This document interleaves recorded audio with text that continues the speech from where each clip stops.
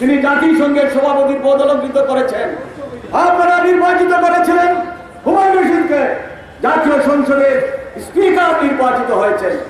আপনারা তাকে নির্বাচিত করেছিলেন দেওয়ান ফরিদ গাজীকে, আর তিনি মহান মুক্তিযুদ্ধের অন্যতম সংগঠন হিসাবে, বঙ্গবন্ধুর অত্যন্ত ঘনিষ্ঠ জন হিসাবে বাংলাদেশের রাজনীতিতে তিনি গুরুত্বপূর্ণ অবদান রেখেছেন। বাংলাদেশ সরকারের বাণিজ্য মন্ত্রণালয়ের দায়িত্বে নিয়োজিত ছিলেন। আপনারা যাকে নির্বাচিত করেছেন আবুল মাল আব্দুল মুহিত সাহেবকে, তিনি বাংলাদেশের সবচেয়ে বেশি গুরুত্বপূর্ণ পদ বাংলাদেশের অর্থ মন্ত্রণালয়ের দায়িত্ব পালন করেছেন। সারা দুনিয়া যখন ইউরোপ আমেরিকা অনুন্নত তাদের মেন বিমান বন্ধ হয়ে যাচ্ছে, সেখানে বাংলাদেশের অনুন্নত বাংলাদেশকে উন্নয়নশীল বাংলাদেশে নিয়ে যাওয়ার জন্য মাননীয় অর্থমন্ত্রী জনাব আবুল মাল আব্দুল মুহিত অবদান রেখেছেন। তিনি যেমনিভাবে আমাদের সরকারের অবদান রেখেছেন, বাংলাদেশের অবদান তিনি রেখেছেন। অর্থাৎ এই বাংলাদেশে, এই সিলেটে অত্যন্ত গুরুত্বপূর্ণ নির্বাচনী এলাকা সিলেট এক এবং সদর। এই সদরবাসী যাকে মন খুলে আন্তরিকভাবে গ্রহণ করে, তিনি এই সরকার এবং সংগঠনের মূল পুরুদা হয়ে থাকেন। আমরা আজকের দিনে আমরা সামাদ সাহেব এই এলাকার নেতৃত্ব দিয়েছেন, কাজী সাহেব দিয়েছেন, সুরজিৎ বাবু দিয়েছেন, আমাদের হুমায়ুন রশিদ সাহেব দিয়েছেন, তাদের শ্রদ্ধা করি। সেই সব শ্রদ্ধাভাজন ব্যক্তিদের আজকের এই স্মরণ সভায় স্মরণ করি। আমি সদরে আমাদের প্রবীণ জননেতা জনাব সমীরুদ্দিন সাহেব, মোশাররফ আলী সাহেব, বুলাই ভাই, আব্দুল জব্বার বাদশা ভাই, আলী আসগর, আব্দুল মান্নান, আজমান আলী, বীর মুক্তিযোদ্ধা ওয়াসিমুল্লাহ, হাজি আলাউদ্দিন, ইয়াকুব আলী, রোশন আলী দুলাল, বশির মিয়া, মুক্তিযোদ্ধা ইদ্রিস আলী সহ অনেকে আমাদের মধ্যে আজকে নেই। এই আওয়ামী লীগকে তারা ধীরে ধীরে গড়ে তুলেছিলেন বলেই আজকে আওয়ামী লীগ চতুর্থবারের মতো বাংলাদেশের ক্ষমতায় শেখ হাসিনার নেতৃত্বে আমরা ক্ষমতায় অধিষ্ঠিত হয়েছি। আর এই আওয়ামী লীগ দেখেছিলেন বলেই জাতির জন্য বঙ্গবন্ধু হত্যার বিচার করে আর তাদেরকে ফাঁসির কাছে ঝুলানো হয়েছে। এই আওয়ামী লীগ ক্ষমতা, এই আওয়ামী লীগ করেছিলেন বলে আওয়ামী লীগ আজকে ক্ষমতায় গিয়ে যুদ্ধবন্দীদের বিচার করে ফাঁসির কাছে ঝুলিয়েছেন। এই আওয়ামী লীগ ক্ষমতা আছে বলে বাংলাদেশ আজকে উন্নত বাংলাদেশের দিকে এগিয়ে যাচ্ছে। আজকে এই আওয়ামী লীগ আছে বলে আমাদের এই ভাষা আন্দোলনের যারা রক্ত দিয়েছিল, সরল আন্দোলন করেছিল, আজকে সারা দুনিয়া আমাদের মায়ের ভাষা, মাতৃভাষা আজকে অষ্টম ভাষা হিসাবে 21শে ফেব্রুয়ারি সারা দুনিয়া আজকে পালন করে স্বীকৃতি দিয়েছে, পালন করে যাচ্ছে ইউনেস্কো। আজকে আওয়ামী লীগ ক্ষমতা আছে বলে জাতির জনক বঙ্গবন্ধু শেখ মুজিবুর রহমানের ঐতিহাসিক 7ই মার্চের ভাষণ সারা পৃথিবীর শ্রেষ্ঠ ভাষণ হিসাবে স্বীকৃতি আদায় করেছে। আজকে আওয়ামী লীগ ক্ষমতা আছে বলে আজকে মহাকাশে বঙ্গবন্ধু স্যাটেলাইট আরোহণ করেছে। আজকে বাংলাদেশে শান্তির দেশ, প্রগতির দেশ, মুক্তিযুদ্ধের বাংলাদেশ আজকে প্রতিষ্ঠিত হয়েছে। বাংলাদেশে গণতন্ত্র প্রতিষ্ঠা হয়েছে।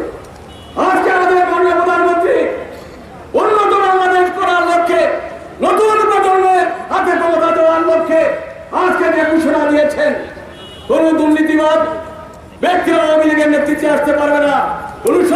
অত্যন্ত জনপ্রিয় হয়ে উঠেছেন আমাদের সেই সংগ্রামী জননেতা জনাব শফিকুর রহমান চৌধুরী। আজকের এই মঞ্চে আমাদের সকল ত্যাগী নেতারা, এখানে জেলা আওয়ামী লীগের সহসভাপতি থেকে শুরু করে আমাদের সভা সম্পাদক মন্ডলীর সকল নেতৃবৃন্দ, এরা প্রত্যেকে এই সিলেটে 75 সালের পরে যে অবদান রেখেছেন এটা চিরস্মরণীয় হয়ে থাকবে। এরা প্রত্যেকে আমি মনে করি দলের সভাপতি হওয়ার যোগ্যতা রাখেন, দলের সাধারণ সম্পাদক হওয়ার যোগ্যতা রাখেন। সকলেই এখানে উপস্থিত আছেন। এখানে জেলা আওয়ামী লীগ, মহানগর আওয়ামী লীগের নেতৃবৃন্দ উপস্থিত আছেন। বিশেষ করে সদর উপজেলার আমাদের সকল নেতৃবৃন্দ উপস্থিত আছেন এবং এই সদর উপজেলার প্রত্যেকটি ইউনিয়নের প্রত্যেকটি ওয়ার্ড থেকে আগত কাউন্সিলর, ডেলিগেট, ভাই ও বোনেরা এবং ত্যাগী নেতৃবৃন্দ উপস্থিত আছেন। বিশেষ করে একজন ব্যক্তি এখানে উপস্থিত আছেন।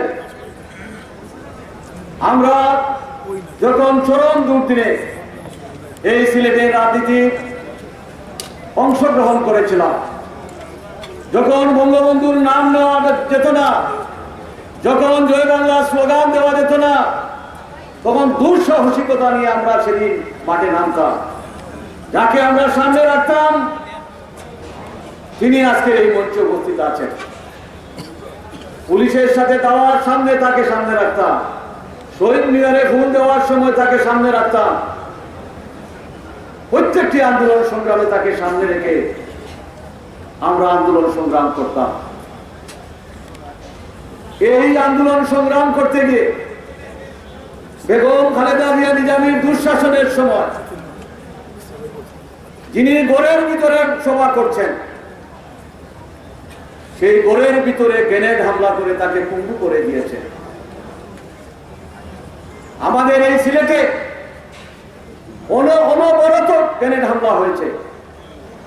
এই হামলায় ওনার স্বামী এনামুল হক সাহেব গুরুতরভাবে আহত হয়েছে।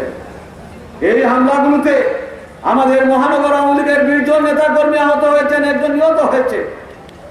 মাজারে গ্রেনেড হামলা 6 জন নিহত হয়েছে, মুসল্লি শত শত লোক আহত হয়েছে। কিবরিয়া সাহেবকে হত্যা করেছে গ্রেনেড হামলায় হবিগঞ্জে। সুনামগঞ্জে সুরঞ্জিত সেনকে গ্রেনেড হামলা চালিয়ে হত্যার জন্য সেখানে 2 জন নিহত হয়েছে, শত শত লোক আহত হয়েছে। আমাদের এই সিলেট নির্যাতনের সময় তিনি আমাদের পাশে সামনে ছিলেন, তাকেই হত্যার জন্য ষড়যন্ত্র করেছে।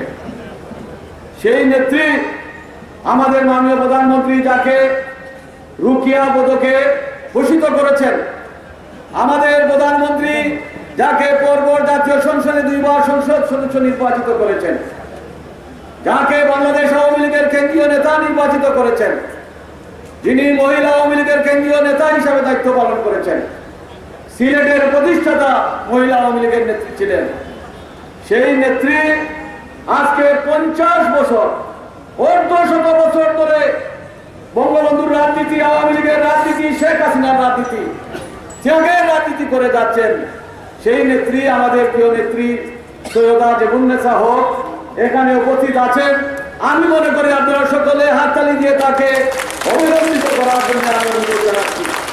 আমরা এটাই চাই আজকের এই সম্মেলনের মধ্য দিয়ে, আজকের এই সম্মেলনের মধ্য দিয়ে আমরা আমাদের সকল নেতাদেরকে আমরা আস্তে আস্তে আস্তে আমরা আজকের এই সম্মেলনের মধ্য দিয়ে আমরা আমাদের সকলকে কৃতজ্ঞতা এবং ধন্যবাদ জানাচ্ছি। আজকে হলো নেতা কর্মীদের মিলন মেলা। আজকের এই মিলন মেলায় আমি মনে করি আমাদের ইউনিয়ন পর্যায়ে, গ্রাম পর্যায়ে, উপজেলা পর্যায়ে সকল নেতৃবৃন্দ এসেছেন। আপনার নির্বাচিত, আপনারা কষ্ট করে সহ্য করে, আপনারা ত্যাগ স্বীকার করে, অনেক কষ্ট করে যাকে নির্বাচিত করেছেন, আমাদের জনাব আব্দুল মুমিন সাহেব এখানে যিনি ছাত্র আন্দোলনের নেতৃত্ব দিয়েছেন, আমাদের নেতৃত্ব দিয়েছেন, যিনি বাংলাদেশের সবচেয়ে শীর্ষ সন্ত্রাসী ইলিয়াস আলীকে পরাজিত করে বালাগঞ্জ বিশ্বনাথ থেকে বিপুল ভোটে নির্বাচিত হয়েছিলেন, সেই সন্ত্রাসীকে পরাজিত করে জয়লাভ করেছিলেন।